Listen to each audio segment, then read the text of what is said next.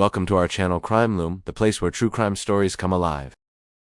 He was a man who always wanted to be noticed. From a young age, he could not stand being ignored. Teachers, neighbors, and even family members noticed how different he was. While other children played quietly, he found ways to stand out, sometimes with small lies, sometimes with tricks that drew attention. At first, these were harmless, almost amusing. But the desire to be recognized never left him, and it grew stronger as he got older. In school, he often disrupted lessons, not out of anger, but because he loved the eyes of others on him. He enjoyed the whispers, the looks of surprise, and the subtle fear he could provoke. Friends were drawn to him because he was confident and charming in ways that made people underestimate him. But beneath that charm, there was a darkness, a craving that went far beyond normal attention. He wanted more than smiles or laughs. He wanted to be remembered forever. His early life was a mix of fascination and fear for those around him.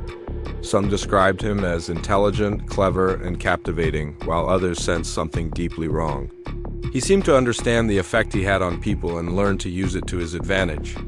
Every glance, every word, every gesture was calculated to keep him in the spotlight. And the more he succeeded, the hungrier he became. As he grew older, his attention-seeking became more dangerous. Small manipulations turned into serious lies. Innocent pranks escalated into acts of cruelty. He realized that the more shocking his actions, the more people noticed him. That knowledge became addictive. He craved not just recognition, but admiration. He wanted people to talk about him, to fear him, to remember him. He wanted his name in newspapers, his face on television, and his story told for years. Eventually, his behavior crossed into criminal acts.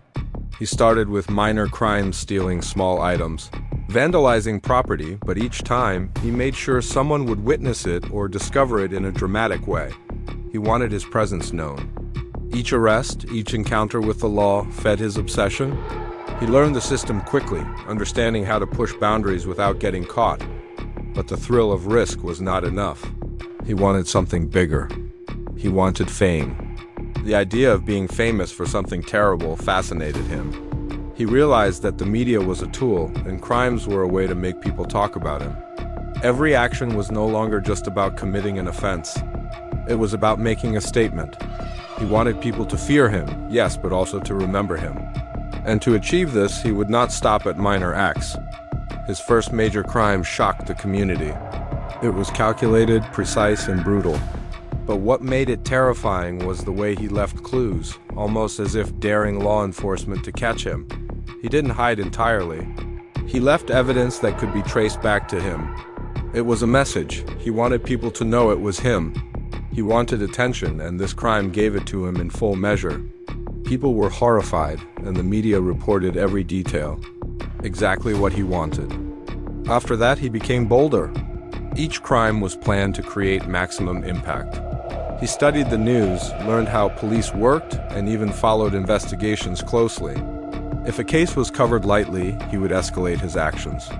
He wanted to be the story that dominated headlines. He didn't just want to kill, he wanted to control the narrative. And as terrifying as his acts were, they were carefully designed to ensure he would be remembered. Victims were not chosen randomly. He selected them with care, thinking about how each act would be perceived.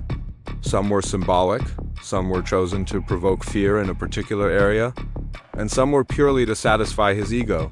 He had a disturbing understanding of human psychology and used it to manipulate both his victims and the authorities. Each step he took was measured, precise, and aimed at feeding his need for recognition. The public was both horrified and fascinated. People could not understand how someone could be so calculating yet so desperate for attention. His crimes became headlines and the stories spread quickly. In a way, the world played into his hands. Every report, every article, every broadcast was fuel for his ego. He was becoming exactly what he wanted, notorious, feared, and unforgettable. Even as the police closed in, he seemed to anticipate their moves. He knew how to leave false trails, how to mislead investigators, and how to stay in control of the story.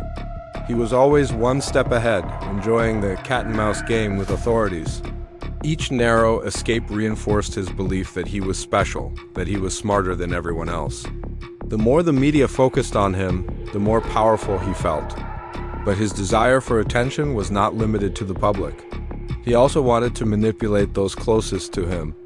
Friends, acquaintances, and even casual contacts became part of his performance.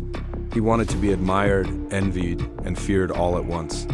His relationships were often shallow, serving only to boost his image or feed his ego. Behind closed doors, he could be charming, persuasive, and magnetic, drawing people into his world without them realizing the danger. As his crimes escalated, so did his need for validation. He began to communicate with journalists, sending letters and cryptic messages that ensured his story stayed in the news. He wanted to control how the world saw him, to be seen not just as a criminal, but as a figure of fascination. His interactions with the media were calculated. Every word, every gesture was designed to reinforce his myth. Eventually, the authorities caught up with him, but even in arrest, he sought the spotlight. Courtrooms became stages, and every statement he made was meant to be remembered. He wanted the world to know his story, to see him as brilliant, dangerous, and unforgettable. The trials were dramatic, with media coverage ensuring that his name would live on. He had achieved what he always wanted, fame, albeit for horrific reasons. In prison, he continued to manipulate perception. Interviews, letters, and occasional appearances kept his story alive. He reveled in the notoriety, knowing that people would talk about him for years. In his mind, he had succeeded. He would be remembered long after his life ended, immortalized by fear and fascination. The story of this killer is a chilling reminder of the dangers of obsession. His craving for attention drove him to commit acts that destroyed lives, terrorized communities, and manipulated society itself. It shows how fame can become deadly when combined with a desire for recognition at any cost. Psychologists later studied him, trying to understand why someone would kill for attention. They concluded that his need to be seen, heard, and remembered overrode any sense of morality or empathy.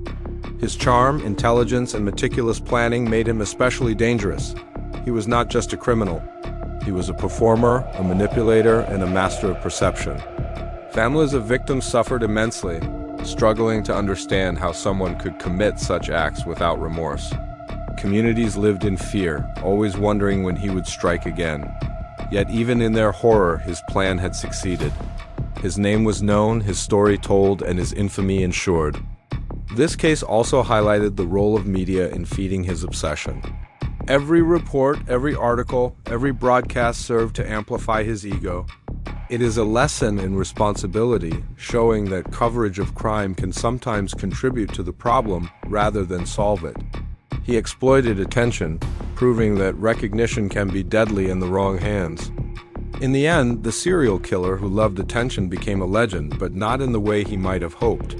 His story is told with fear and caution, a reminder of the dark side of human desire.